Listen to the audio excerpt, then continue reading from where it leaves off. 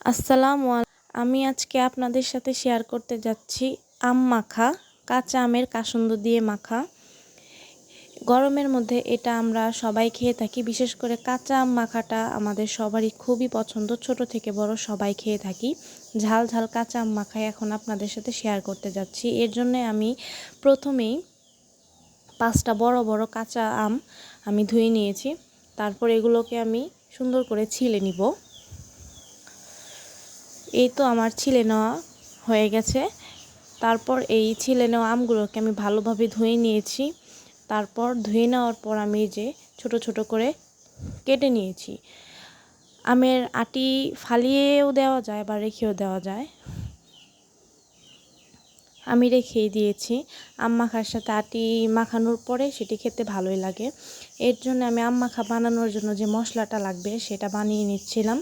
লবণ দিয়েছিলাম একটি পেয়ালাতে, আর লবণের মধ্যে দিয়ে দিয়েছি মরিচের গুঁড়া পরিমাণ মতো। আপনারা আপনাদের পরিমাণ মতো ঝাল কম বেশি দিয়ে মরিচের গুঁড়াটি দিয়ে মিশিয়ে নেবেন। বাচ্চারা বেশি ঝাল যদি খেতে পছন্দ না করে তাহলে আপনারা কম ঝাল দিবেন। এই তো আমার মাখানো হয়ে গেছে। তারপরে আমি এর মধ্যে দিয়ে দেব 1 চা চামচ পরিমাণে চিনি। চিনিটা দেওয়ার কারণে মশলাটার ফ্লেভারটা খুবই ভালো আসবে এবং মাখানোর পরে সামান্য পরিমাণে একটু মিষ্টি একটি ফ্লেভার আসবে। বেশি মিষ্টি আসবে না, সামান্য একটু মিষ্টি ফ্লেভার আসবে, যা আম মাখার টেস্টটাকে খুবই দারুণভাবে বাড়িয়ে দিবে। এই তো আমার সম্পূর্ণরূপে লবণটি বানানো রেডি। এই যে আমি আবারও বলছি, লবণের মধ্যে একটু মরিচের গুঁড়া আর একটু চিনি দিয়ে আমি বানিয়ে নিয়েছি। এই তো আম মাখার সবচেয়ে গুরুত্বপূর্ণ উপাদান কাসুন্দি, এটি ছাড়া আম মাখানো জমেই না। এই তো আমার সব উপকরণ এখানে তৈরি করে নিয়েছি। ছোট ছোট করে আম কেটে নিয়েছি, মশলাও বানিয়ে নিয়েছি, আর কাসুন্দিও তৈরি করে নিয়েছি।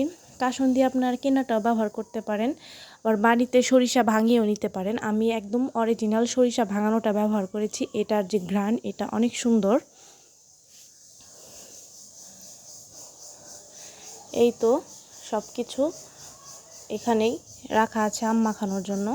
তারপরে আম মাখার মধ্যে আমি আম মাখানোর যে স্পেশাল মশলাটা সেটি আমি দিয়ে দিব।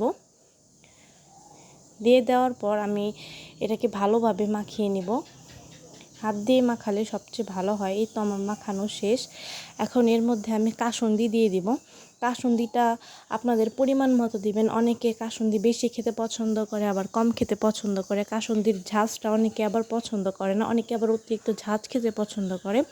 আমি মিডিয়াম খেতে পছন্দ করি, তাই বেশি দেইনি। এই তো আমার কাসুন্দি দিয়ে মাখানো শেষ। এখন আমি এটিকে পরিবেশন করেছি। দেখুন কতটা সুন্দর আর লোভনীয় লাগছে, একদম রসালো লাগছে।